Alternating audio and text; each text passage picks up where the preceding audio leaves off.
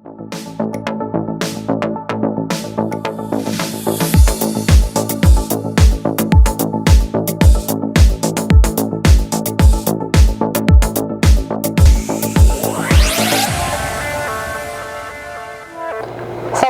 हमदर्द TV देखने वाले सारे दर्शकों का बहुत बहुत स्वागत है प्रोग्राम इमीग्रेशन मैटर्स विच मैं हाँ तरनजीत कौर घुम्मण। दोस्तों अज इमीग्रेशन के बारे में असीं गलबात करांगे। कैनेडियन इमीग्रेशन विच की नवे चेंजिस आए ने। पैंडेमिक के दौरान असीं देख रहे सी कि काफ़ी इस वक्त जिहड़ियां ने चेंजिस देखने को मिल रही ने। सो जिवें जिवें अलग अलग प्रोविंसेस दे विच अलग अलग स्टेजिस ओपन हो रही ने कि इमीग्रेशन के प्रोसैसिस दे विच भी उस अकॉर्डिंग तेजी आ रही है। सो कई ड्रॉज भी अज निकले ने, उहदे बारे भी असीं गलबात करांगे। कैनेडियन इमीग्रेशन संबंधी जेकर तुहाडा कोई सवाल है सानूं अज दे लाइव प्रोग्राम विच तुसीं कॉल कर सकते हो हेठ लिखे नंबर से। इन्हां तुहाडे सवालों का जवाब देने प्रोग्राम में साडे नाल अज मौजूद ने आईसीसी इमीग्रेशन तो मिस्टर मनु दत्ता। उन्हां दा पहला स्वागत करते हैं, बहुत बहुत स्वागत है सर। Thank you very much Taran ji. सब तो पहला तो तुहानू सारे ही व्यूअर्स नू आईसीसी इमीग्रेशन की समुची टीम वालों एमडी ते आरडी वालों प्यार भरी ते नेगी सत श्री अकाल, नमस्कार ते आदाब। Thank you sir. काफ़ी दिनों बाद मुलाकात हो रही है, किवें चल रहा कामकाज? तरन जी हुण तां चीज़ां असीं स्टेज 3 दे विच आ गए ओंटारियो दे विच, जीटीए दे विच खास कर ते चीज़ां खुलनियां शुरू हो गई, बिजनेसिस खुलनियां शुरू हो गए ने। बट अगेन डिस्टेंस मेनटेन हो रहा उसी तरह एंड प्रिकॉशनस अपनियां लित्तियां जा रही हैं एंड वी आर होपफुल के हुण डेवलपमेंट्स होनियां शुरू हो जाएंगियां काफ़ी पेस ते उत्ते। बिल्कुल सर। इमीग्रेशन की असीं गल करिए आपां हमेशा अपडेशन के बारे गलबात करदे आ, नवें जो इस वक्त ड्रॉज आ रहे हैं बारे गल करदे आ। अज लेटेस्ट एक ड्रॉ एक्सप्रैस एंट्री का निकलिया, मैं चाहांगी सब तो पहले उसकी जानकारी जरूर दईए। तरह जी अज जो ड्रॉ है 476 पॉइंट्स दे आता है, 476 पॉइंट्स दे एक्सप्रैस एंट्री का ड्रॉ हैगा। ਇਹਦੇ ਵਿੱਚ it's a combined draw basically. So skilled worker, skilled trades and Canadian experience class वास्ते ड्रॉ आउट होया हैगा एंड 476 पॉइंट ਜਿਹੜੇ कट ऑफ कर रहे थे 3900 ਇਨਵੀਟੇਸ਼ਨਸ ਅੱਜ ਦਿੱਤੇ ਗਏ ਨੇ। ਇਸ ਤੋਂ ਪਹਿਲਾਂ ਜਿਹੜਾ ਲਾਸਟ ਡਰਾ ਹੋਇਆ ਸੀ ਉਹ ਕੱਲਾ ਕੈਨੇਡੀਅਨ ਐਕਸਪੀਰੀਅੰਸ ਕਲਾਸ ਦੇ ਉੱਤੇ ਫੋਕਸ ਸੀਗਾ ਐਂਡ ਉਹ 445 ਪੁਆਇੰਟਸ ਤੇ ਕਟ ਆਫ ਤੇ ਗਿਆ ਸੀਗਾ। ਸੋ ਇੱਕੋ ਹੀ ਚੀਜ਼ ਕਹਾਂਗਾ ਕਿ ਹੁਣ ਆਈਲੈਟਸ ਦੇ ਸੈਂਟਰ ਖੁੱਲਣੇ ਸ਼ੁਰੂ ਹੋ ਰਹੇ ਨੇ ਜੀ ਤੇ ਪਲੀਜ਼ ਮੇਕ ਸ਼ੋਰ ਕਿ ਜਿਹੜੇ ਵੀ ਇੰਟਰਨੈਸ਼ਨਲ ਸਟੂਡੈਂਟਸ ਇੱਥੇ ਵੇਟ ਕਰ ਰਹੇ ਸੀਗੇ ਕਿ ਅਸੀਂ ਤਿਆਰੀ ਕਰ ਲਈਏ ਜਾਂ ਟੈਸਟ ਦੀ ਡੇਟਸ ਮਿਲ ਜਾਏ, book your dates now. And ਹੁਣ ਇੱਕ ਵੀ ਚੀਜ਼ ਬਿਕੋਜ਼ 431 ਤੇ ਜਿਸ ਤਰ੍ਹਾਂ ਡਿਪ ਕੀਤਾ ਤੇ ਬਹੁਤ ਸਾਰੇ ਬੱਚੇ ਸਾਡੇ ਆਰਾਮ ਨਾਲ ਕੁਆਲੀਫਾਈ कर सकते थे, बट उन्होंने because of lack of having IELTS score ते वो एप्लीकेशन अपनी पुट अप नहीं कर सके। ते इवन जेडे स्टूडेंट्स इंटरनेशनल स्टूडेंट्स इत्थे मौजूद है ने, मैं हमेशा कहना कि अपना डिग्री इवैल्यूएशनस भी जे तुसी बैक होम तो डिग्री बैचलर्स या मास्टर्स की हुई है उन्होंने इवैल्यूएट करा के जरूर अपने कोल रखो ताकि इन केस कोई जिस तरह जे तुहाडे कोल होई हुई हुंदी ते तुसी आराम दे नाल अपनी एप्लीकेशन 430 दे विच पिक 431 तक गया सीगा पिक भी हो सकदे सीगे। सो बहुत सारे बच्चों ने गेन किया, बहुत सारे ने लूज भी किया, but this is part of life you know. Again half cup full जे हैगा ते हाफ कप एम्प्टी भी हैगा। It is how you perceive things but तुहाडी प्रिपेयर्डनेस हमेशा इस तरह की चाहिए कि तुहाडे कोल जे कोई अपॉर्चुनिटी आती है नॉक कर दी है उन्होंने ग्रैब कर लो, don't let that opportunity go. बहुत सारे बच्चे अपॉर्चुनिटी मिस करके हुण वापस ड्रॉज ऊपर जाने शुरू हो गए ने। So let's see how things really unfold. Sir जिवें तुसीं गल कीती वैस्ट ते नाल आयल्स दी कि पैंडेमिक के दौरान वैस्ट ਦੀਆਂ ਜਿਹੜੀਆਂ ਵੈਲਿਊਏਸ਼ਨਸ ਡਿਗਰੀਜ਼ ਦੀਆਂ ਹੋ ਰਹੀਆਂ ਸੀ ਕਿਉਂਕਿ ਬਹੁਤੇ ਤਾਂ ਇਸ ਦੌਰਾਨ ਹੀ ਬੈਠੇ ਸੀਗੇ ਕਿ ਸ਼ਾਇਦ ਕੰਮ ਬੰਦ ਹੋਏਗਾ ਤੇ ਜੇ ਹੁਣ ਕੋਈ ਕਰਵਾਉਣਾ ਚਾਹੁੰਦਾ ਹੈ ਤਾਂ ਕੰਮ ਚੱਲ ਰਿਹਾ ਵੈਸਟ ਦਾ? ਹਾਂਜੀ ਬਿਲਕੁਲ ਚੱਲ ਰਿਹਾ ਜੀ ਐਂਡ ਬੇਸਿਕਲੀ ਇੰਡੀਆ ਤੋਂ ਯੂਨੀਵਰਸਿਟੀਜ਼ ਲੌਕਡਾਊਨ ਹੋਣ ਕਰਕੇ ਉੱਥੋਂ ਡਾਕੂਮੈਂਟਸ ਨਹੀਂ ਨਿਕਲ ਰਹੇ ਸੀਗੇ but otherwise West and I guess ਦੇ ਵਰ ਗਿਵਿੰਗ ਆਊਟ ਜਿਹੜੇ ਉਹਨਾਂ ਕੋਲ ਆਏ ਹੋਏ ਸੀਗੀਆਂ ਡਾਕੂਮੈਂਟੇਸ਼ਨਸ ਉਹ ਆਪਣੇ ਰਿਜ਼ਲਟਸ ਆਊਟ ਕਰ ਰਹੇ ਸੀਗੇ। ਸਰ ਮੋਸਟਲੀ ਅਸੀਂ ਪਿਛਲੇ ਮਹੀਨਿਆਂ 'ਚ ਦੇਖ ਰਹੇ ਸੀਗੇ ਕਿ ਮੰਥ ਦੇ ਵਿੱਚ 2 ਡਰਾ ਜਾ ਰਹੇ ਸੀ ਮੋਸਟਲੀ ਜਿਹੜੇ ਸੀ ਕੈਨੇਡੀਅਨ ਐਕਸਪੀਰੀਅੰਸ ਕਲਾਸ ਦੇ। ਹੁਣ ਕੀ ਹੋ ਰਿਹਾ ਕਿ ਇੱਕ ਕੈਨੇਡੀਅਨ ਐਕਸਪੀਰੀਅੰਸ ਕਲਾਸ ਚੱਲ ਰਿਹਾ ਤੇ ਇੱਕ ਪ੍ਰੋਪਰ ਵਿੱਚ ਸਾਰੀ ਕੈਟਾਗਰੀਜ਼ ਨੂੰ ਮਿਕਸ ਕੀਤਾ ਜਾ ਰਿਹਾ। ਆਉਣ ਵਾਲੇ ਟਾਈਮ 'ਚ ਵੀ ਇਦਾਂ ਹੀ ਦੇਖਣ ਨੂੰ ਮਿਲੇਗਾ? Let us see, Taran, it's too early to comment, but yes, ਹੁਣ focus government ਦਾ ਥੋੜਾ ਜਿਹਾ international students, foreign workers ਦੇ ਉੱਤੇ ਆ ਗਿਆ ਹੈਗਾ because lockdown ਹੋਣ ਕਰਕੇ lot of ਜਿਹੜੇ ਇੰਡੀਆ 'ਚ ਬੈਠੇ ਹੋਏ ਸੀ skilled worker ਜਾਂ ਕਿਸੇ ਹੋਰ ਕੰਟਰੀ ਦੇ ਵਿੱਚ ਬੈਠੇ ਹੋਏ ਸੀ ਉਹਨਾਂ ਦੀ ਫਾਈਲਸ ਪ੍ਰੋਸੈਸ ਨਹੀਂ ਹੋਈਆਂ। ਗਵਰਨਮੈਂਟ ਵਾਸ ਫੋਕਸ ਕਿ ਜਿਹੜੇ ਸਟੂਡੈਂਟਸ ਜਾਂ ਜਿਹੜੇ ਇੰਟਰਨੈਸ਼ਨਲ ਵਰਕਰਸ ਕੈਨੇਡਾ ਦੇ ਵਿੱਚ ਪ੍ਰੈਜ਼ੈਂਟ ਹੈਗੇ ਨੇ ਉਹਨਾਂ ਦੀ ਫਾਈਲਸ ਪਿਕ ਕੀਤੀ ਜਾਓ। So that was the focus. ਹੁਣ ਅੱਗੇ ਵੀ ਇਸੇ ਤਰ੍ਹਾਂ ਦਾ ਫੋਕਸ ਬਣਿਆ ਰਹਿਣਾ ਚਾਹੀਦਾ ਹੈਗਾ and it is good for international international students who are present in Canada. ਜਿਹੜੇ ਗ੍ਰੈਜੂਏਸ਼ਨ ਕਰਕੇ ਆਏ ਨੇ ਉਹ ਤੇ ਬੜੇ ਆਰਾਮ ਨਾਲ ਕੁਆਲੀਫਾਈ ਕਰ ਸਕਦੇ ਨੇ, ਪਰ ਜਿਹੜੇ ਗ੍ਰੇਡ 12 ਵਾਲੇ ਹੈਗੇ ਨੇ ਜੇ 425 ਤੱਕ ਜਾਏਗਾ ਤਾਂ ਹੀ ਉਹ 8777 ਦੇ ਨਾਲ ਕੁਆਲੀਫਾਈ ਕਰ ਸਕਣਗੇ, ਨਹੀਂ ਤੇ ਉਹਨਾਂ ਨੂੰ ਜੌਬ ਆਫਰ ਜਾਂ ਪੀਐਨਪੀ ਦੀ ਲੋੜ ਜ਼ਰੂਰ ਪਏਗੀ। ਸਰ ਕੈਨੇਡੀਅਨ ਐਕਸਪੀਰੀਅੰਸ ਕਲਾਸ ਦੀ ਗੱਲ ਕਰੀਏ, ਇਸ ਵਕਤ ਕੁਝ ਸਟੂਡੈਂਟਸ ਇਹੋ ਜਿਹੇ ਵੀ ਨੇ ਜਿਹੜੇ ਇੱਥੇ ਵਰਕ ਪਰਮਿਟ ਹੋਲਡਰ ਸੀ, ਬੈਕ ਹੋਮ ਆਪਣੀ ਕੰਟਰੀਜ਼ ਵਿੱਚ ਗਏ ਹੋਏ ਨੇ, ਕੈਨੇਡਾ ਦਾ ਐਕਸਪੀਰੀਅੰਸ ਵੀ ਉਹਨਾਂ ਕੋਲ ਪੂਰਾ ਹੈਗਾ। ਕੀ ਕੈਨੇਡੀਅਨ ਐਕਸਪੀਰੀਅੰਸ ਕਲਾਸ ਦੇ ਵਿੱਚ ਆਪਣੀਆਂ ਕੰਟਰੀਜ਼ ਦੇ ਵਿੱਚ ਬਹਿ ਕੇ ਉਹ ਫਾਈਲਸ ਜਿਹੜੀਆਂ ਲਗਵਾ ਸਕਦੇ ਨੇ? 100% ਲੱਗ ਸਕਦੀ ਹੈ ਜੇ ਉਹਨਾਂ ਦੇ ਕੋਲ ਕੈਨੇਡੀਅਨ ਐਕਸਪੀਰੀਅੰਸ 1 ਸਾਲ ਦਾ ਰਿਕੁਆਇਰਮੈਂਟਸ ਮੀਟ ਕਰ ਰਹੇ ਨੇ। ਜੇ 1 ਸਾਲ ਦੀ ਐਕਸਪੀਰੀਅੰਸ ਕੈਨੇਡਾ ਦੇ ਵਿੱਚ ਉਹਨਾਂ ਕੋਲ ਹੈਗਾ ਆ ਤੇ ਬੈਕ ਹੋਮ ਗਏ ਹੋਏ ਨੇ ਤੇ ਐਬਸੋਲੂਟਲੀ ਉਹਨਾਂ ਦੀ ਫਾਈਲ ਅੱਜ ਵੀ ਜਾ ਸਕਦੀ ਹੈਗੀ। ਇਹ ਤਾਂ ਨਹੀਂ ਕਿ ਉਹਨਾਂ ਨੂੰ ਕੈਨੇਡਾ ਵਿੱਚ ਮੌਜੂਦ ਹੋਣ ਦੀ ਜ਼ਰੂਰਤ ਪਏਗੀ? ਨਹੀਂ ਜੀ, ਨਹੀਂ ਹੈ ਤਾਂ। ਤੇ ਸਰ ਇੱਕ ਦੂਜੀ ਗੱਲ ਇਹ ਹੈਗੀ ਹੈ ਕਿ ਆਇਲਸ ਦੀ ਤੁਸੀਂ ਗੱਲ ਕੀਤੀ ਸੀ, ਕੁਝ ਪ੍ਰੋਵਿੰਸਸ ਦੇ ਵਿੱਚ ਤਾਂ ਆਇਲਸ ਓਪਨ ਹੋ ਚੁੱਕੀ ਹੈ। ontario ਦੀ ਗੱਲ ਕਰੀਏ ਕਦੋਂ ਤੱਕ ਓਪਨ ਹੋਣ ਦੇ ਚਾਂਸਸ ਨੇ? ਐਕਸਪੈਕਟਡ ਹੈਗਾ ਜੀ ਕਿ ਅਗਸਤ ਦੇ ਵਿੱਚ we will have centres opening up, so just keeping our fingers crossed. ਜੀ, ਤੇ ਆਪਾਂ ontario PNP ਦੀ ਵੀ ਜ਼ਰੂਰ ਗੱਲ ਕਰੀਏ, ਜਿਹਦੇ ਬਾਰੇ ਹਮੇਸ਼ਾ ਤੁਸੀਂ ਅਕਸਰ ਵੀ ਗੱਲ ਕਰਦੇ ਹੁੰਦੇ ਹੋ ਕਿ ਇਹਦੇ ਤੇ ਜ਼ਿਆਦਾ ਤੁਸੀਂ ਰਿਲਾਇਬਲ ਨਾ ਰਹੋ। ਸੋ ਇਸ ਵਾਰ ontario PNP ਦਾ ਕਿੰਨਾ ਕੁ ਰਿਹਾ?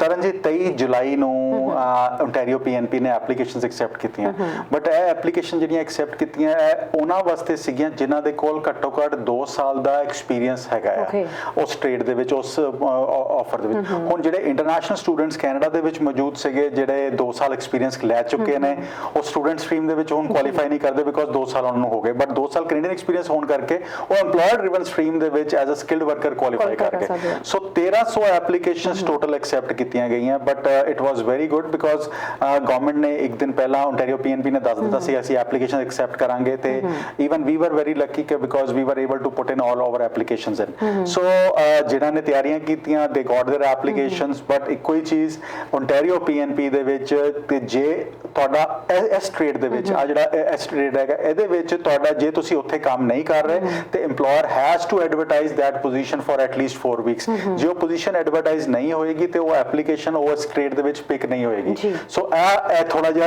ਇੰਟਰਨੈਸ਼ਨਲ ਸਟੂਡੈਂਟਸ ਨਾਲੋਂ ਆ ਚੀਜ਼ ਡਿਫਰੈਂਟ ਸੀਗੀ। ਐਂਡ ਇੱਕ ਚੀਜ਼ ਹੋਰ ਕਿ 1300 ਐਪਲੀਕੇਸ਼ਨਸ ਪਿਕ ਹੋਈਆਂ, ਹਾਲੇ ਦੁਬਾਰਾ ਵੀ ਉਮੀਦ ਹੈਗੀ ਹੈ ਕਿ ਐਪਲੀਕੇਸ਼ਨ ਦੁਬਾਰਾ ਖੁੱਲਣਗੀਆਂ ਬਿਕੋਜ਼ ਬਹੁਤ ਸਾਰੇ ਇਹੋ ਜਿਹੇ ਐਪਲੀਕੈਂਟਸ ਨੇ ਫਾਈਲ ਪਿਕਅਪ ਕੀਤੀਆਂ ਜਿਨ੍ਹਾਂ ਦੇ ਕੋਲ ਕੋਈ EMPLOYER ਨਹੀਂ ਹੈਗਾ, ਐਂਡ ਬਹੁਤ ਸਾਰੇ ਇੰਟਰਨੈਸ਼ਨਲ ਸਟੂਡੈਂਟਸ ਨੇ ਵੀ ਇਹਦੇ ਵਿੱਚ ਆਪਣਾ ਰਜਿਸਟ੍ਰੇਸ਼ਨ ਕਰ ਦਿੱਤਾ, but this was only for those people, those applicants ਜਿਨ੍ਹਾਂ ਦੇ ਕੋਲ 2 ਸਾਲ ਦਾ ਐਕਸਪੀਰੀਅੰਸ ਹੈਗਾ ਉਸ ਫੀਲਡ ਦੇ ਵਿੱਚ। ਈਵਨ ਜੇ ਇੰਟਰਨੈਸ਼ਨਲ ਸਟੂਡੈਂਟ ਹੈਗੇ ਨੇ ਜੇ 2 ਸਾਲ ਦਾ ਐਕਸਪੀਰੀਅੰਸ ਹੈ ਉਹ ਐਲੀਜੀਬਲ ਹੈ, ਬਟ ਜਿਨ੍ਹਾਂ ਦੇ ਕੋਲ 1 ਸਾਲ ਦਾ ਜਾਂ 4 ਮਹੀਨੇ ਦਾ ਐਕਸਪੀਰੀਅੰਸ ਉਹ ਇਸ ਦੇ ਵਿੱਚ ਉਹਨਾਂ ਵਾਸਤੇ ਇਹ ਪੂਲ ਨਹੀਂ ਖੁੱਲਿਆ ਸੀ। ਜੀ ਬਿਲਕੁਲ ਸਰ, ਇਸ ਵਕਤ ਕਈ ਸਟੂਡੈਂਟਸ ਇਹੋ ਜਿਹੇ ਵੀ ਹੈਗੇ ਜਿਹੜੇ ਵੇਟ ਕਰ ਰਹੇ ਆ ਕਿ ਦੁਬਾਰਾ ਸ਼ਾਇਦ ਉਹਨਾਂ ਦੇ ਸਕੋਰਸ ਜਿਹੜੇ ਇਸ ਵਕਤ ਐਕਸਪ੍ਰੈਸ ਐਂਟਰੀ ਦੇ ਨੀਚੇ ਜਾਣ, ਡਾਊਨ ਜਾਣ, ਉਹਨਾਂ ਨੂੰ LMIA ਦੀ ਲੋੜ ਨਾ ਪਵੇ। ਕੀ ਐਕਸਪੈਕਟ ਕਰ ਸਕਦੇ ਹਾਂ ਕਿ ਆਉਣ ਵਾਲੇ ਟਾਈਮ 'ਚ ਜਿਵੇਂ 431 ਤੱਕ ਗਿਆ ਸੀ ਇਸ ਤੋਂ ਨੀਚੇ ਜਾ ਸਕਦਾ? Taran ji immediately I don't see it happening right away. ਦਾ ਰੀਜ਼ਨ ਇਜ਼ ਕਿ ਲਾਸਟ ਜਿਹੜਾ CEC ਦਾ ਡਰਾ ਗਿਆ 445 ਤੇ ਗਿਆ ਹੈਗਾ, and I don't see it going down to 431 right away. ਬਾਕੀ ਜੇ LMIA ਦੀ ਗੱਲ ਕਰੀਏ, LMIA ਐਬਸੋਲੂਟਲੀ ਪ੍ਰੋਸੈਸ ਹੋ ਰਹੇ ਨੇ। I think we have got 15 LMIAs approved in the past 10 days। ਸੋ LMIAs ਉਸੇ ਤਰ੍ਹਾਂ ਸਰਵਿਸ ਕੈਨੇਡਾ ਅਪਰੂਵ ਕਰ ਰਿਹਾ ਹੈਗਾ provided it is done right. Advertisement, ਉਸ ਪੋਜੀਸ਼ਨ ਕਿਸ ਤਰ੍ਹਾਂ ਐਡਵਰਟਾਈਜ਼ ਹੋ ਰਹੀ ਹੈ, ਉਹਦੀ ਜੌਬ ਕੀ ਹੈਗੀ ਹੈ, ਡਿਊਟੀਜ਼ ਕੀ ਹੈਗੀਆਂ, ਉਹਦੀ ਸੈਲਰੀ ਕੀ ਤੁਸੀਂ ਪੁੱਟ ਅਪ ਕਰਨ ਜਾ ਰਹੇ ਹੋ, if it is done right ਤੇ service Canadian officers they are approving LMIAs। So ਜਿੰਨੇ ਵੀ ਸਟੂਡੈਂਟਸ ਇੱਥੇ ਹੈਗੇ ਨੇ ਜਾਂ ਫੋਰਨ ਵਰਕਰਸ ਹੈਗੇ ਨੇ, ਜੇ ਤੁਹਾਨੂੰ LMI ਐਕਸਟੈਂਡ ਕਰਨ ਦੀ ਲੋੜ ਹੈ, ਤੁਹਾਡਾ LMI ਐਕਸਪਾਇਰ ਹੋਣ ਜਾ ਰਿਹਾ ਜਾਂ ਤੁਹਾਡਾ ਵਰਕ ਪਰਮਿਟ ਐਕਸਪਾਇਰ ਹੋ ਜਾ ਰਿਹਾ, ਪੋਸਟ ਗ੍ਰੈਡ ਵਰਕ ਪਰਮਿਟ ਤੇ ਸੀਗੇ, this is the right moment. Do not wait, do it now because ਅੱਜ ਦੀ ਤਰੀਕ ਦੇ ਵਿੱਚ ਜੇ ਅਪਰੂਵਲ ਆ ਜਾਏਗਾ ਤੇ ਯੋਰ ਐਪਲੀਕੇਸ਼ਨ ਤੁਸੀਂ 50 ਪੁਆਇੰਟਸ ਗ੍ਰੇਨ ਕਰਨ ਜੋਗੇ ਹੋ ਜਾਓ। ਜੀ ਸਰ, ਵਰਕ ਪਰਮਿਟ ਦੀ ਗੱਲ ਕਰੀਏ ਕਿ ਇਸ ਵਕਤ ਬੋਰਡਰਸ ਵਗੈਰਾ ਓਪਨ ਹੋਏ ਆ ਜਾਂ ਕੁਝ ਵਰਕ ਪਰਮਿਟ ਲਈ ਕੁਝ ਆਪਸ਼ਨਸ ਹੋਏ ਹੋਣ ਜਾਂ ਉੱਥੇ ਜਾ ਕੇ ਫਲੈਗ ਪੋਲਿੰਗ ਕਰ ਸਕਦੇ ਹੋਣ? ਹਾਲੇ ਉਸ ਤਰ੍ਹਾਂ ਫਲੈਗ ਪੋਲਿੰਗ ਵਾਸਤੇ ਬੋਰਡਰਸ ਓਪਨ ਨਹੀਂ ਹੋਏ, ਐਂਡ ਹਾਲੇ ਥੋੜਾ ਜਿਹਾ ਟਾਈਮ ਹੈਗਾ ਜੀ, and hopefully in the coming times we will see them opening up। Sir ਤੁਸੀਂ LMIA ਦੀ ਗੱਲ ਕੀਤੀ, LMIA ਪ੍ਰੋਸੈਸਿੰਗ ਹੋ ਰਹੀ ਆ, ਕਿੰਨਾ ਕੁ ਟਾਈਮ ਇਸ ਵਕਤ ਲੱਗ ਰਿਹਾ ਵਾ? ਜੇ ਕਿਸੇ ਨੇ ਇਸ ਵਕਤ LMIA ਲਈ ਕੋਈ ਅਪਲਾਈ ਕਰਦਾ ਆ, ਕਿੰਨੇ ਸਮੇਂ ਦੇ ਵਿੱਚ ਉਹਦਾ ਰਿਜ਼ਲਟ ਆ? ਤਰਨ ਜੀ ਸਭ ਤੋਂ ਪਹਿਲੇ ਗੱਲ ਹੈ ਜੀ ਕਿ ਜੌਬ ਬੈਂਕ ਦੇ ਉੱਤੇ, ਇੰਡੀਜਨਸ ਵੈਬਸਾਈਟਸ ਦੇ ਉੱਤੇ, ਨਿਊ ਕਮਰਸ ਵੈਬਸਾਈਟ ਦੇ ਉੱਤੇ ਤੁਸੀਂ ਐਡਵਰਟਾਈਜ਼ਮੈਂਟ ਕਰਨੀ ਹੈ। ਉਸ ਐਡਵਰਟਾਈਜ਼ਮੈਂਟ ਨੂੰ ਲੌਗਇਨ ਕਰਨ ਵਾਸਤੇ ਜੇ ਨਵਾਂ EMPLOYER ਨੂੰ 5 ਤੋਂ 7 ਦਿਨ ਲੱਗ ਰਹੇ ਨੇ ਅੱਜ ਦੀ ਤਰੀਕ ਦੇ ਵਿੱਚ ਆਪਣਾ ਰਜਿਸਟਰ ਹੋਣ ਵਾਸਤੇ। ਉਸ ਤੋਂ ਬਾਅਦ 4 ਵੀਕਸ ਦਾ advertisement has to run, and ਉਸ ਤੋਂ ਬਾਅਦ 1 ਹਫਤਾ ਪਹਿਲੇ ਹੋ ਗਿਆ ਐਡਵਰਟਾਈਜ਼ਮੈਂਟ ਸ਼ੁਰੂ ਕਰਨ ਵਾਸਤੇ, ਉਸ ਤੋਂ ਬਾਅਦ 4 ਹਫ਼ਤਿਆਂ ਦੀ ਐਡਵਰਟਾਈਜ਼ਮੈਂਟ ਹੋ ਗਈ। ਉਸ ਤੋਂ ਬਾਅਦ ਜੇ ਤੁਹਾਨੂੰ ਕੋਈ ਐਪਲੀਕੈਂਟ ਨਹੀਂ ਮਿਲਦਾ, then you put up an application to service Canada, and 6ਵੇਂ ਵੀਕ ਦੇ ਵਿੱਚ ਜੇ ਤੁਸੀਂ ਐਪਲੀਕੇਸ਼ਨ ਪਾਉਂਦੇ ਹੈਗੇ ਹੋ ਤੇ 4 ਵੀਕਸ ਦੇ ਅੰਦਰ ਅੰਦਰ ਤੁਹਾਨੂੰ ਜਵਾਬ ਆ ਰਿਹਾ ਹੈਗਾ positive or negative and but if it is done right you will get a positive answer now. Sir ਇਹ ਤਾਂ ਹੋ ਗਿਆ ਨਿਊ EMPLOYER ਦੇ ਲਈ ਜੇ ਤੁਸੀਂ ਕੰਮ ਕਰ ਰਹੇ ਹੋ, ਜੇਕਰ ਸੇਮ ਹੀ EMPLOYER ਨਾਲ ਕੰਮ ਕਰਨਾ ਹੋਵੇ ਤੇ LMI ਲੈਣੀ ਹੋਵੇ ਫਿਰ ਵੀ ਸੇਮ ਕੰਡੀਸ਼ਨਸ ਨੇ? 100% same है जी, still the position has to be advertised by the employer and if it is done ਤੇ ਉਹ ਬਿਲਕੁਲ ਹੋ ਰਿਹਾ ਜੀ। ਕੋਈ LMI exempt work permit ਦੀ ਵੀ ਆਪਾਂ ਗੱਲ ਕਰ ਸਕਦੇ ਹਾਂ ਜਿਹਦੇ ਵਿੱਚ ਸਾਨੂੰ LMI ਦੀ ਜ਼ਰੂਰਤ ਨਾ ਪੈਂਦੀ ਹੋਵੇ? ਹਾਂਜੀ IT ਦੇ ਵਿੱਚ ਕੁਝ ਟ੍ਰੇਡਸ ਇਹੋ ਜਿਹੇ ਹੈਗੇ ਨੇ ਜਿਹਦੇ ਵਿੱਚ ਬਿਨਾ ਤੁਸੀਂ ਬਟ ਉਹਦੇ ਵਿੱਚ ਵੀ EMPLOYER ਚਾਹੀਦਾ ਹੈ ਬਟ ਉਹ LMI exempt ਕੈਟਾਗਰੀਜ਼ ਹੈਗੀਆਂ IT ਦੇ ਵਿੱਚ ਕੁਝ ਇੱਕ ਬਟ ਉਹਦੇ ਵਿੱਚ ਤੁਸੀਂ you have to come and work with those EMPLOYERS first and ਜੇ ਤੁਸੀਂ ਪੁਆਇੰਟਸ ਕਲੇਮ ਕਰਨੇ ਉਹ ਤੁਸੀਂ ਬਾਅਦ ਚੋਂ ਕਰ ਸਕਦੇ ਹੋ, ਰਾਈਟ ਅਵੇ ਨਹੀਂ ਕਰ ਸਕਦੇ 50 ਪੁਆਇੰਟਸ। ਜੀ ਬਿਲਕੁਲ, ਇੱਕ ਦਰਸ਼ਕ ਪਹਿਲਾਂ ਜੁੜ ਗਏ ਨੇ, ਨਵਾਂ ਸਵਾਲ ਲੈ ਲਈ ਅਸੀਂ। ਹੈਲੋ ਹੈਲੋ ਸਤਿ ਸ਼੍ਰੀ ਅਕਾਲ ਜੀ। ਹਾਂਜੀ ਸਰ, ਕਿੱਥੋਂ ਬੋਲ ਰਹੇ ਹੋ ਤੁਸੀਂ? ਅਸੀਂ ਨਿਊ ਜਰਸੀ ਤੋਂ ਬੋਲ ਰਹੇ ਹਾਂ ਜੀ। ਹਾਂਜੀ ਸਰ, ਅੱਜ ਅਸੀਂ ਕੈਨੇਡੀਅਨ ਐਕਸਪੀਰੀਅੰਸ ਬਾਰੇ ਗੱਲ ਕਰ ਰਹੇ ਹਾਂ। ਹਾਂਜੀ, ਕੁਝ ਕੈਨੇਡਾ ਇਮੀਗ੍ਰੇਸ਼ਨ ਬਾਰੇ ਪੁੱਛਣਾ ਤਾਂ ਜ਼ਰੂਰ ਪੁੱਛੋ। ਨਹੀਂ, USA ਦੇ ਬਾਰੇ ਪੁੱਛਣਾ ਸੀ ਕਿ ਇਮੀਗ੍ਰੇਸ਼ਨ ਖੁੱਲੀ ਹੋਈ ਹੈ ਜਾਂ ਨਹੀਂ। ਅੱਜ ਅਸੀਂ ਸਿਰਫ ਕੈਨੇਡੀਅਨ ਇਮੀਗ੍ਰੇਸ਼ਨ ਬਾਰੇ ਗੱਲ ਕਰ ਰਹੇ ਹਾਂ। ਤੁਹਾਡਾ ਕਾਲ ਕੀਤੀ ਹੈ, ਤੁਸੀਂ ਪ੍ਰੋਗਰਾਮ ਦੇਖ ਰਹੇ ਹੋ, ਉਹਦੇ ਲਈ ਬਹੁਤ-ਬਹੁਤ ਧੰਨਵਾਦ। ਸਰ ਅਸੀਂ ਗੱਲ ਕਰ ਰਹੇ ਸੀ LMI ਪ੍ਰੋਸੈਸਿੰਗ ਦੇ ਬਾਰੇ। ਤੁਸੀਂ IT ਦੇ ਖੇਤਰ ਦੇ ਵਿੱਚ ਕੁਝ ਐਪਲੀਕੇਸ਼ਨਸ ਦੱਸ ਰਹੇ ਸੀ। ICC ਇਮੀਗ੍ਰੇਸ਼ਨ ਕੀ ਸਟੂਡੈਂਟਸ ਨੂੰ ਕਿਸੇ ਸਟਰੀਮ ਦੇ ਵਿੱਚ ਜਾਣ ਲਈ ਹੈਲਪ ਕਰ ਸਕਦਾ ਹੈ? ਕੋਈ ਤੁਹਾਡੇ ਕੋਲ ਆਪਸ਼ਨਸ ਹੋਣ? ਤਰਨ ਜੀ, ਸਾਡੇ ਕੋਲ ਕੁਝ ਨੋਵਾ ਸਕੋਸ਼ੀਆ, ਨਿਊ ਬ੍ਰੰਸਵਿਕ, ਐਟਲਾਂਟਿਕ ਦੇ ਕੁਝ EMPLOYERS ਹੈਗੇ ਨੇ ਹਸਪਿਟੈਲਿਟੀ ਸੈਕਟਰ ਦੇ ਐਂਡ ਕੁਝ ਇੱਕ ਨਰਸਿੰਗ ਫੀਲਡਸ ਦੇ ਜਿੱਥੇ ਵਿੱਚ ਸਾਡੇ ਕੋਲ ਕੁਝ ਰਿਕੁਆਇਰਮੈਂਟਸ ਆਈਆਂ ਹੋਈਆਂ ਹੈਗੀਆਂ। ਅਸੀਂ ਹਮੇਸ਼ਾ ਕਹਿੰਦੇ ਕਿ ਇੰਟਰਨੈਸ਼ਨਲ ਸਟੂਡੈਂਟਸ ਨੂੰ ਆਪਣਾ CV ਸਾਨੂੰ ਫਾਰਵਰਡ ਕਰ ਦੇਣ, ਅਸੀਂ ਇੰਟਰਵਿਊ ਕਰਵਾਵਾਂਗੇ। If the EMPLOYER is satisfied, go and work with that EMPLOYER and 1 ਸਾਲ ਕੰਮ ਕਰਨ ਤੋਂ ਬਾਅਦ ਉੱਥੇ ਕੁਝ ਇੱਕ ਈਵਨ NOC C ਜੇ ਡੈਜ਼ਿਗਨੇਟਿਡ EMPLOYERS ਹੈਗੇ ਨੇ, even NOC C NOC D ਦੇ ਵਿੱਚ ਵੀ ਕੰਮ ਕਰਦੇ ਹੋ ਤਾਂ ਵੀ ਤੁਸੀਂ PR ਵਾਸਤੇ ਤੁਹਾਡੀ ਐਲੀਜੀਬਿਲਟੀ ਬਣ ਜਾਂਦੀ ਹੈਗੀ ਹੈ। ਹੁਣ ਬਹੁਤ ਸਾਰੇ ਬੱਚੇ ਗ੍ਰੇਡ 12 ਕਰਕੇ ਆਏ ਹੋਏ ਨੇ ਤਰਨ, ਜਿਹੜੇ ਇੱਥੇ ਓਨਟਾਰੀਓ ਦੇ ਵਿੱਚ ਹੀ ਸੋਚ ਰਹੇ ਸੀ। ਹੁਣ 4 ਮਹੀਨੇ 6 ਮਹੀਨੇ ਦਾ ਬੈਕਲੌਗ ਵੀ ਹੋ ਗਿਆ ਬਿਕੋਜ਼ ਮਾਰਚ ਔਨਵਰਡਸ ਕਈ ਬੱਚਿਆਂ ਦੇ ਕੋਲ ਜੌਬ ਨਹੀਂ ਹੈਗੀਆਂ ਜਾਂ ਬਹੁਤ ਸਾਰੇ ਬੱਚਿਆਂ ਨੇ ਲੂਜ਼ ਕੀਤੀਆਂ ਜੌਬ। ਬਿਲਕੁਲ, ਇਹਦੇ ਬਾਰੇ ਗੱਲ ਕਰਾਂਗੇ ਸਰ। ਇੱਕ ਦਰਸ਼ਕ ਜੁੜ ਗਏ ਨੇ ਹੋਰ। ਹੈਲੋ ਹਾਂਜੀ, ਸਤਿ ਸ਼੍ਰੀ ਅਕਾਲ ਜੀ। ਸਤਿ ਸ਼੍ਰੀ ਅਕਾਲ ਜੀ, ਕਿੱਥੋਂ ਬੋਲ ਰਹੇ ਹੋ ਸਰ? ਮੈਂ ਬ੍ਰੈਂਪਟਨ ਤੋਂ ਬੋਲ ਰਿਹਾ ਜੀ। ਜੀ ਸਰ, ਦੱਸੋ ਕੀ ਸਵਾਲ ਹੈ ਤੁਹਾਡਾ? ਮੈਂ ਪੇਰੈਂਟਸ ਤੇ ਗ੍ਰੈਂਡ ਪੇਰੈਂਟਸ ਦੇ ਬਾਰੇ ਪੁੱਛਣਾ ਸੀ ਕਿ ਕਦੋਂ ਓਪਨ ਹੋਣਗੇ ਇਹਨਾਂ ਦੇ। ਜੀ, parents and grandparents application. ਜੀ ਤੁਸੀਂ ਟੀਵੀ ਸਕਰੀਨ ਤੇ ਆਨਸਰ ਸੁਣ ਸਕਦੇ ਹੋ। ਕਾਲ ਕਰਨ ਲਈ ਬਹੁਤ-ਬਹੁਤ ਧੰਨਵਾਦ। ਜੀ ਸਰ।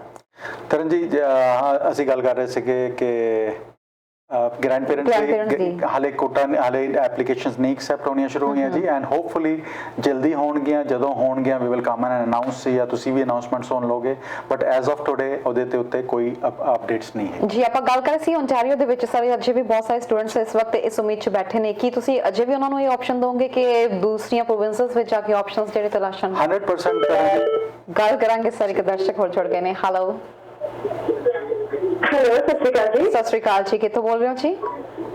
ਅਸੀਂ ਐਕਚੁਅਲੀ ਨਾ ਵੈਨਕੂਵਰ ਤੋਂ ਬੋਲ ਰਹੇ ਆ ਤਾਂ ਮੇਰੇ ਦੋ ਬੱਚੇ ਨਾ ਓਨਟਾਰੀਓ ਵਿੱਚ ਹੈਗੇ ਆ। ਉਹਨਾਂ ਕੋਲ ਨਾ LMI AI ਹੈਗੀ ਆ ਤਾਂ ਉਹਨਾਂ ਕੋਲ ਉਹਦਾ ਹੈਗਾ ਆਪਣੇ ਕੋਲ ਡਰਾਈਵਿੰਗ ਲਾਇਸੈਂਸ ਕੈਨੇਡਾ ਦਾ ਹੈਗਾ, ਓਨਟਾਰੀਓ ਦਾ ਹੈਗਾ। ਸੋ ਅਸੀਂ ਹੁਣ ਵਰਕ ਪਰਮਿਟ ਲੈਣਾ ਤਾਂ ਅਸੀਂ ਕਿੱਦਾਂ ਲੈ ਸਕਦੇ ਹਾਂ? ਬਿਕਾਜ਼ ਉਹ ਹੈਗੇ ਸੀ ਇੱਥੇ ਵਿਜ਼ਿਟਰ ਜੀ।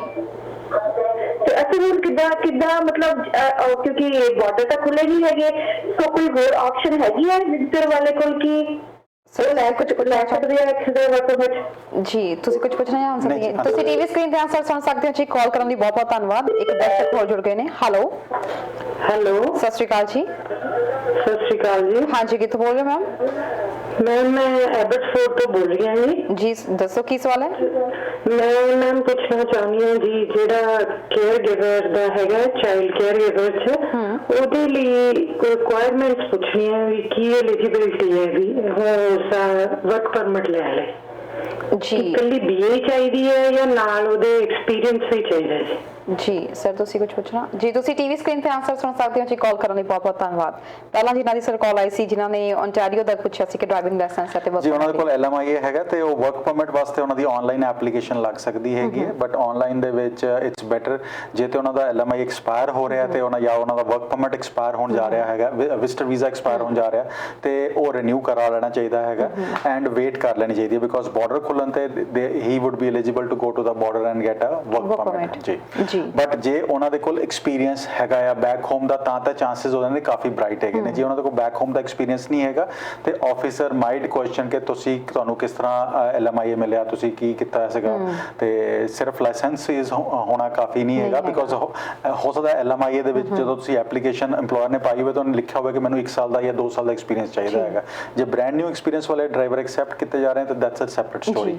ਤੇ ਬਾਰਡਰ ਖੁੱਲਣ ਦੀ ਵੇਟ ਕਰ ਲੈਣੀ ਚਾਹੀਦੀ ਹੈ, ਨਹੀਂ ਤੇ ਜੇ ਨਾ ਖੁੱਲੇ ਹੋਰ 4 ਵੀਕਸ ਤੇ ਹੀ ਦੇ should put up N online application. ਬਿਲਕੁਲ ਜੀ। ਚਾਈਲਡ ਕੇਅਰ ਗਿਵਰ ਦੇ ਬਾਰੇ ਵੀ ਚਾਈਲਡ ਕੇਅਰ ਗਿਵਰ ਵਾਲੇ ਸੇ ਜੀ ਉਹਨੇ ਪੁੱਛਿਆ ਕਿ ਤੁਹਾਡੇ ਕੋਲ ਕੀ ਡਿਗਰੀ ਹੋਣੀ ਚਾਹੀਦੀ ਹੈ। ਮੈਂ ਹਮੇਸ਼ਾ ਕਹਿੰਦਾ ਜੀ ਕਿ ਗ੍ਰੇਡ 12 ਤੋਂ ਬਾਅਦ 1 ਸਾਲ ਦਾ ਡਿਗਰੀ ਜਾਂ ਡਿਪਲੋਮਾ ਜ਼ਰੂਰ ਚਾਹੀਦਾ ਹੈ ਨਵੀਂ ਕੈਟੇਗਰੀ ਦੇ ਵਿੱਚ ਅਪਲਾਈ ਕਰਨ ਵਾਸਤੇ।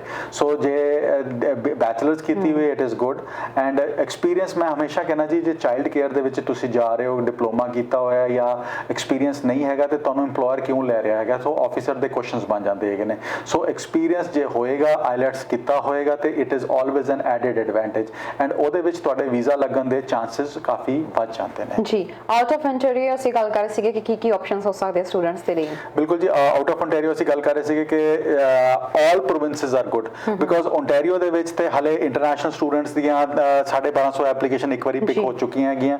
ਹੋ ਸਕਦਾ 400-500 ਐਪਲੀਕੇਸ਼ਨ ਜਾਂ ਇਵਨ 1000 ਐਪਲੀਕੇਸ਼ਨ ਹੋਰ ਪਿਕ ਹੋ ਜਾਵੇ। ਬਟ ਇੱਥੇ 80000 ਸਟੂਡੈਂਟ ਤਕਰੀਬਨ ਵੇਟ ਕਰ ਰਿਹਾ ਹੈਗਾ। ਸੋ ਜਿੱਥੇ 80000 ਸਟੂਡੈਂਟ ਵੇਟ ਕਰ ਰਿਹਾ ਹੋਵੇਗਾ ਤੇ ਪੋਜੀਸ਼ਨ 400-500 ਹੋਣ ਤੇ ਪਰਮੂਟੇਸ਼ਨ ਕੰਬੀਨੇਸ਼ਨ ਆਪੇ ਲਗਾ ਕੇ ਦੇਖ ਲੈਣਾ ਚਾਹੀਦਾ ਕਿ ਮੇਰੇ ਚਾਂਸਸ ਕਿੰਨੇ ਹੈਗੇ ਨੇ ਪਿਕ ਹੋਣ ਦੇ।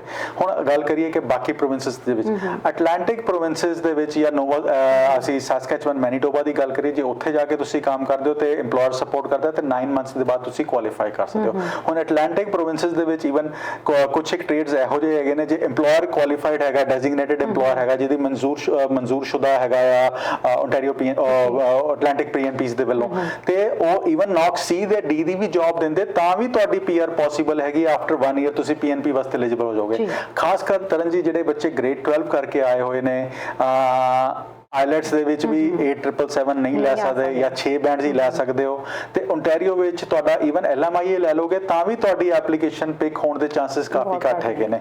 ਸੋ ਵਰਕ ਔਨ ਦੋਜ਼ ਪ੍ਰੋਗਰਾਮਸ। ਜੇ ਤੁਹਾਡੇ ਕੋਲ ਇੱਥੇ EMPLOYER ਹੈਗਾ ਸਟੇ ਹੇਅਰ, LMIA ਦੀ ਰਿਕੁਐਸਟ ਜ਼ਰੂਰ ਕਰੋ ਆਪਣੇ EMPLOYER ਦੇ ਨਾਲ ਐਂਡ ਆਪਣੇ ਪੁਆਇੰਟਸ ਜ਼ਰੂਰ ਕੈਲਕੂਲੇਟ ਬਿਕੋਜ਼ ਹਰ ਇੱਕ ਨੂੰ ਬੱਚੇ ਨੂੰ ਪਤਾ ਹੁੰਦਾ ਆਈਲੈਟ ਦੇ ਕੇ ਕਿ ਮੇਰੇ ਪੁਆਇੰਟਸ ਕਿੱਥੇ ਬਣ ਰਹੇ ਨੇ। ਜੇ ਫਿਰ ਵੀ ਕਿਸੇ ਨੂੰ ਕੋਈ ਡਿਫਿਕਲਟੀ ਹੈਗੀ ਹੈ CRS ਸਕੋਰ ਕੈਲਕੂਲੇਸ਼ਨ ਦੇ ਵਿੱਚ they can always consult us and we can suggest them ਕਿ ਕਿੱਥੇ ਲੈਂਡ ਕਰ ਰਹੇ ਹੋ, ਤੁਹਾਡੇ ਕੋਲ ਆਪਸ਼ਨਸ ਕੀ ਹੈਗੀਆਂ। ਬਟ ਹਮੇਸ਼ਾ work on a program that will actually work for you practically। ਖਾਬਾਂ ਦੇ ਵਿੱਚ ਤਾਂ ਤੁਸੀਂ ਸਾਰੇ PR ਹੈਗੇ ਹੋ but work on the program ਜਿਹੜਾ ਐਕਚੁਅਲੀ ਤੁਹਾਡੇ ਵਾਸਤੇ ਕੰਮ ਕਰੇ। ਸੋ ਅਟਲਾਂਟਿਕ ਪ੍ਰੋਵਿੰਸਸ ਦੇ ਵਿੱਚ ਮੈਂ ਹਮੇਸ਼ਾ ਕਹਿੰਦਾ ਜੀ it has got some very very good advantages because 1 ਸਾਲ ਕੰਮ ਕਰਨ ਤੋਂ ਬਾਅਦ ਹੁਣ ਬਹੁਤ ਸਾਰੇ ਬੱਚੇ ਹੈਗੇ ਨੇ ਜਿਨ੍ਹਾਂ ਨੇ 1 ਸਾਲ ਵੇਸਟ ਕਰ ਲਿਆ ਕਿ ਓਨਟਾਰੀਓ ਦੇ ਵਿੱਚ we are looking for jobs ਕਿ ਓਨਟਾਰੀਓ PNP ਦੇ ਵਿੱਚ ਮੈਂ ਕੁਆਲੀਫਾਈ ਹੋ ਜਾਊਂਗਾ। ਹੁਣ ਅੱਗੇ ਟਾਈਮ ਹੁਣ ਡੇਟਸ 4-6 ਮਹੀਨੇ ਤੋਂ ਘਰ ਵੀ ਬੈਠੇ ਹੋਣਗੇ ਬਿਕੋਜ਼ ਲੇਆਫਸ ਹੋ ਗਈਆਂ ਕੋਵਿਡ ਕਰਕੇ। ਹੁਣ ਅੱਗੇ ਉਹਨਾਂ ਕੋਲ 1.5 ਸਾਲ ਰਹਿ ਗਿਆ। They have to very very judicially use their next 1.5 years or 2 year ਜਿਹੜੇ ਰਹਿ ਗਏ ਨੇ ਬਿਕੋਜ਼ ਇਸ ਤਰ੍ਹਾਂ ਨਾ ਹੋਵੇ ਸਾਰੇ ਐਫਰਟ ਸਾਰੇ ਪੈਸੇ ਲਗਾਏ ਸਾਰੇ ਕੁਝ ਜ਼ੀਰੋ ਹੋ ਜਾਵੇ and they do not have any option ਕਿ PR ਕਿਸ ਤਰ੍ਹਾਂ ਹੋਏਗੀ। So work practically with those consultant ਜਿਹੜੇ ਤੁਹਾਨੂੰ ਐਕਚੁਅਲੀ ਐਗਜ਼ੈਕਟ ਫੀਡਬੈਕ ਦਿੰਦੇ ਨੇ। ਕਈ ਵਾਰੀ ਸਾਡਾ ਫੀਡਬੈਕ ਬੜਾ ਕੋੜਾ ਲੱਗਦਾ ਹੈਗਾ because we are very very upfront we will tell you if it is gonna work for you it won't work for you right. ਜਿਹੜਾ ਐਰਰ ਦਾ ਚਾਂਸਸ ਹੈਗੇ ਨੇ ਉਹ ਬੜੇ ਘੱਟ ਹੁੰਦੇ ਨੇ। So actually work on those program ਜਿਹੜਾ ਤੁਹਾਡੇ ਵਾਸਤੇ ਕੰਮ ਕਰ ਸਕਦਾ। ਸਿਰਫ ਇਹੀ ਸੋਚਦਾ ਕਿ ਮੇਰਾ ਹੋ ਹੀ ਜਾਣਾ ਜੀ ਇੱਥੇ ਬੈਠੇ ਨੂੰ ਸਾਨੂੰ ਕੀ ਹੈਗਾ ਤੇ ਉਹ ਚੀਜ਼ਾਂ ਵਰਕ ਨਹੀਂ ਕਰਨੀਆਂ। ਤੁਹਾਡੇ ਮਾਂ ਪਿਓ ਨੇ ਮੰਮੀ ਡੈਡੀ ਨੇ ਬੜੇ ਔਖੇ ਹੋ ਕੇ ਕਈ ਸਰਫੇ ਕਰਕੇ ਮੈਂ ਹਮੇਸ਼ਾ ਕਹਿੰਦਾ ਕਿ ਬੱਚਿਆਂ ਨੂੰ ਇੱਥੇ ਭੇਜਣਾ ਇਜ਼ ਨਾਟ ਈਜ਼ੀ। ਕਈ ਸਰਫੇ ਉਹਨਾਂ ਨੇ ਆਪ ਕੀਤੇ ਹੋਣੇ ਆਪਣੀ ਜ਼ਿੰਦਗੀ ਦੇ ਵਿੱਚ ਕਈ ਚੀਜ਼ਾਂ ਕਈ ਖਰਚੇ ਘਟਾਏ ਹੋਣੇ ਆ ਤਾਂ ਹੀ ਬੱਚੇ ਇੱਥੇ ਆਰਾਮ ਨਾਲ ਪੜ੍ਹ ਰਹੇ ਨੇ। ਸੋ ਵਰਕ ਆਪਣੇ ਸੁਪਨਿਆਂ ਵਾਸਤੇ ਆਪਣੇ ਪੇਰੈਂਟਸ ਦੇ ਸੁਪਨਿਆਂ ਵਾਸਤੇ ਕੰਮ ਕਰੋ। ਸਰ ਜਿਵੇਂ ਤੁਸੀਂ ਅਟਲਾਂਟਿਕ ਪ੍ਰੋਗਰਾਮਸ ਦੀ ਗੱਲ ਕੀਤੀ ਹੈ ਜਾਂ ਕਿਸੇ ਹੋਰ ਪ੍ਰੋਵਿੰਸ 'ਚ ਮੂਵ ਹੋਣ ਦੀ ਗੱਲ ਕੀਤੀ ਹੈ ਜੌਬ ਬਾਰੇ ਵੀ ਦੇਖਣਾ ਪੈਣਾ ਹੈ ਕਿ ਜਦੋਂ ਤੁਸੀਂ ਅਪਲਾਈ ਕਰਨਾ ਕਿ ਤੁਹਾਡੀ ਨੌਕ A ਜਾਂ ਨੌਕ B ਦੀ ਜੌਬ ਹੋਣਾ ਹੀ ਜ਼ਰੂਰੀ ਹੈ। ਨਹੀਂ ਤਰਨ ਜੀ ਉੱਥੇ OAB ਤੇ ਤਾਂ ਜੌਬ ਹੈਗੀ ਹੈ ਰਾਈਟ। ਜਿਸ even C and D jobs ਵੀ ਹੈਗੀਆਂ ਉਹ ਵੀ ਜੇ ਤੁਹਾਡਾ EMPLOYER ਕੁਆਲੀਫਾਈਡ ਹੈਗਾ ਤਾਂ ਵੀ ਤੁਸੀਂ PNP ਵਾਸਤੇ ਆਫਟਰ ਵਰਕਿੰਗ ਫॉर 1 ਈਅਰ ਤੁਸੀਂ ਕੁਆਲੀਫਾਈ ਹੋ ਜਾਓਗੇ PNP ਐਪਲੀਕੇਸ਼ਨ ਲਗਾਉਣ ਵਾਸਤੇ। ਅੱਜ ਦੀ ਤਰੀਕ ਦੇ ਵਿੱਚ 1 ਸਾਲ ਕੰਮ ਕਰਨਾ ਉੱਥੇ ਪੈਣਾ ਜੀ। ਉਸ ਤੋਂ ਬਾਅਦ 3 ਤੋਂ 4 ਮਹੀਨਿਆਂ ਦੇ ਵਿੱਚ PNP ਸਰਟੀਫਿਕੇਟ ਸਰਟੀਫਿਕੇਟ ਆ ਜਾਣਾ ਐਂਡ ਅੱਗੇ 12 ਤੋਂ 16 ਮਹੀਨੇ ਦਾ ਟਾਈਮ ਲੱਗ ਰਿਹਾ ਪੀਆਰ ਲੈਂਦੇ ਰਹਿੰਦੇ ਆ। ਬਟ ਜਦੋਂ ਪੀਐਨਪੀ ਆ ਗਿਆ, ਈਵਨ ਤੁਹਾਡਾ ਵਰਕ ਪਰਮਿਟ ਐਕਸਪਾਇਰ ਵੀ ਹੋ ਰਿਹਾ ਤਾਂ ਵੀ ਤੁਸੀਂ ਬ੍ਰਿਜਿੰਗ ਵਾਸਤੇ ਐਲੀਜੀਬਲ ਹੋ ਜਾਂਦੇ ਹੋ। ਸੋ ਤੁਹਾਡਾ ਵਰਕ ਪਰਮਿਟ ਐਕਸਟੈਂਡ ਹੋ ਜਾਂਦਾ ਹੈ। ਜੀ ਬਿਲਕੁਲ। ਤੇ ਸਰ ਜਿਹੜੇ ਇਸ ਵਕਤ ਸਪਾਊਸ ਇਸ ਵਕਤ ਇੱਥੇ ਪਹੁੰਚੇ ਹੋਏ ਨੇ, ਉਹ ਵਰਕ ਪਰਮਿਟ ਐਕਸਪਾਇਰ ਹੋ ਰਿਹਾ, ਕਿ ਉਹ ਬਾਰਡਰ ਤੇ ਜਾ ਕੇ ਕਰਨ ਜਾਂ ਫਿਰ ਆਨਲਾਈਨ ਇੱਕ ਬੈਸਟ ਆਪਸ਼ਨ ਰਹੇਗਾ ਉਹਨਾਂ ਲਈ? ਕਰਨ ਜੀ ਅੱਜ ਦੀ ਤਰੀਕ ਦੇ ਵਿੱਚ ਵੈਸੇ 99% ਓਪਨ ਵਰਕ ਪਰਮਿਟ ਦਿੱਤਾ ਗਿਆ ਸੀਗਾ, ਖਾਸ ਕਰ ਜੇ ਸਪਾਊਸ ਇੱਥੇ ਪੀਆਰ ਸਿਟੀਜ਼ਨ ਹੈਗੇ ਨੇ, ਪੀਆਰ ਦੀ ਫਾਈਲ ਲੱਗੀ ਹੋਈ ਹੈ। ਬਟ ਜੇ ਸਟੂਡੈਂਟ ਹੈਗੇ ਉਹ ਤੇ ਐਬਸੋਲੂਟਲੀ ਉਹ ਐਕਸਪਾਇਰ ਹੋ ਰਿਹਾ ਤੇ ਅੱਜ ਦੀ ਤਰੀਕ ਦੇ ਵਿੱਚ online application is the most suited one. ਜੀ ਬਿਲਕੁਲ। ਤੇ ਸਰ ਇੱਕ ਗੱਲ ਹੋਰ ਮੈਂ ਪੁੱਛਣਾ ਚਾਹੂੰਗੀ, ਪੇਰੈਂਟਸ ਦੀ ਜਿਵੇਂ ਇਸ ਵਕਤ ਗੱਲ ਹੋ ਰਹੀ ਸੀ, ਕੋਈ ਚਾਂਸਸ ਹੈ ਕਿ ਪੇਰੈਂਟਸ ਦਾ ਖਾਸ ਤੌਰ ਤੇ ਆਹ ਸਾਲ ਤੋਂ ਆਲਮੋਸਟ ਲੰਘ ਰਿਹਾ ਵਾ ਕਰੋਨਾ ਵਾਇਰਸ ਦੇ ਕਰਕੇ, ਜਿਹੜੇ ਇੱਥੇ ਪੇਰੈਂਟਸ ਇੱਥੇ ਸੁਪਰ ਵੀਜ਼ਾ ਤੇ ਪਹੁੰਚੇ ਹੋਏ ਨੇ, ਕਿਸੇ ਵੀ ਦੇ ਨਾਲ ਪਿੱਛੇ ਉਹਨਾਂ ਦਾ ਕੋਈ ਦੇਖਭਾਲ ਲਈ ਨਹੀਂ ਹੈਗਾ, ਕਿ ਉਹ ਹਿਊਮੈਨਿਟੇਰੀਅਨ ਗਰਾਊਂਡ ਦੇ ਉੱਤੇ ਆਪਣੀ ਪੀਆਰ ਦੀ ਫਾਈਲਸ ਇੱਥੋਂ ਹੀ ਲਗਾ ਸਕਦੇ ਨੇ? ਤੇ ਤਰਨ ਜੀ ਸਭ ਤੋਂ ਪਹਿਲਾਂ ਉਹ ਜਿਹੜੇ ਓਨਟਾਰੀਓ ਜਿਹੜਾ ਹਿਊਮੈਨਿਟੇਰੀਅਨ ਕੰਪੈਸ਼ਨੇਟ ਗਰਾਊਂਡ ਦੀ ਏਜੰਸੀ ਐਪਲੀਕੇਸ਼ਨਸ ਲੱਗਦੀਆਂ, ਉਹਦਾ ਸਕਸੈਸ ਰੇਟ ਬੜਾ ਘੱਟ ਹੈਗਾ। ਪਹਿਲੀ ਗੱਲ, ਜੇ ਤੇ ਤੁਹਾਡੇ ਕੋਲ compelling circumstances and evidences and proofs ਹੈਗੇ ਨੇ ਤੇ ਐਬਸੋਲੂਟਲੀ ਉਹ ਐਪਲੀਕੇਸ਼ਨ ਪੁੱਟ ਅਪ ਕਰ ਦਿਓ। ਜੇ ਨਹੀਂ ਹੈਗਾ ਤੇ ਆਪਣੇ ਸੁਪਰ ਵੀਜ਼ਾ ਦੀ ਐਕਸਟੈਂਸ਼ਨ ਅਪਲਾਈ ਕਰੋ and hopefully you will get N extension for 2 years. Sir refugees ਦੇ ਬਾਰੇ ਵਿੱਚ ਕੋਈ ਅਪਡੇਸ਼ਨ ਹੈ? ਕਿਉਂਕਿ ਸਾਨੂੰ ਲਾਸਟ ਟਾਈਮ ਵੀ ਯਾਦ ਆ ਕਿ ਸਾਨੂੰ ਪ੍ਰੋਗਰਾਮ 'ਚ ਇੱਕ ਕਮੈਂਟ ਆਇਆ ਸੀ ਇਸ ਦੇ ਰਿਗਾਰਡਿੰਗ ਕਿ ਰਿਫਿਊਜੀਜ਼ ਦੇ ਬਾਰੇ ਵਿੱਚ ਅਸੀਂ ਬਹੁਤ ਘੱਟ ਗੱਲ ਕਰਦੇ ਹਾਂ, ਉਹਨਾਂ ਦੇ ਬਾਰੇ ਵਿੱਚ ਕੋਈ ਅਪਡੇਸ਼ਨ ਹੋਵੇ? ਕਈ ਤਾਂ ਇਹੋ ਜਿਹੇ ਕੇਸਿਸ ਨੇ ਕਿ 15-15 ਸਾਲ ਤੋਂ ਇਸ ਵਕਤ ਲਟਕ ਰਹੇ ਨੇ। ਤਰਨ ਜੀ ਅੱਜ ਦੀ ਤਰੀਕ ਦੇ ਵਿੱਚ ਜਿਹੜੇ ਰਿਫਿਊਜੀਜ਼ ਦੇ ਨੰਬਰ ਹੈਗੇ ਨੇ ਐਪਲੀਕੇਸ਼ਨਸ ਲਗਾਉਣ ਵਾਲੇ, ਉਹ ਬਹੁਤ ਉੱਤੇ ਗਏ ਹੋਏ ਨੇ। ਸੋ ਉਹਦੇ ਉੱਤੇ ਜਾਣ ਕਰਕੇ ਜਿਹੜਾ ਪ੍ਰੋਸੈਸਿੰਗ ਟਾਈਮ ਹੈਗਾ ਰਿਫਿਊਜੀ ਐਪਲੀਕੇਸ਼ਨ ਦਾ ਫਸਟ ਹੀਅਰਿੰਗ, ਉਹ ਕਾਫੀ ਵਧਿਆ ਹੋਇਆ। ਅੱਜ ਦੀ ਤਰੀਕ ਦੇ ਵਿੱਚ ਤਕਰੀਬਨ 3 ਤੋਂ 4 ਸਾਲ ਦੇ ਬਾਅਦ ਤੁਹਾਨੂੰ ਫਸਟ ਹੀਅਰਿੰਗਸ ਆਉਂਦੀਆਂ ਪਈਆਂ। ਸੋ you have to live with that and ਬਹੁਤ ਸਾਰੇ ਲੋਕੀ ਇੱਥੇ ਆ ਕੇ ਇਸ ਚੀਜ਼ ਦਾ ਫਾਇਦਾ ਵੀ ਲੈ ਰਹੇ ਨੇ ਕਿ ਕੈਨੇਡੀਅਨ ਸਿਸਟਮ ਇਹੋ ਜਿਹਾ ਹੈਗਾ ਜਿਹਦੇ ਵਿੱਚ ਆ ਕੇ ਤੁਸੀਂ ਐਲੀਜੀਬਲ ਹੈਗੇ ਹੋ ਐਪਲੀਕੇਸ਼ਨ ਲਗਾਉਣ ਵਾਸਤੇ। ਇੱਕ ਹੋਰ ਚੇਂਜਸ ਜੇ USA ਕੈਨੇਡਾ ਦੀਆਂ ਜਿਹੜੀ ਸੇਫ ਥਰਡ ਕੰਟਰੀ ਦੀਆਂ ਹੈਗੀਆਂ, ਉਹਦੇ ਵਿੱਚ ਵੀ ਚੇਂਜਸ ਆ ਰਹੀਆਂ ਹੈਗੀਆਂ।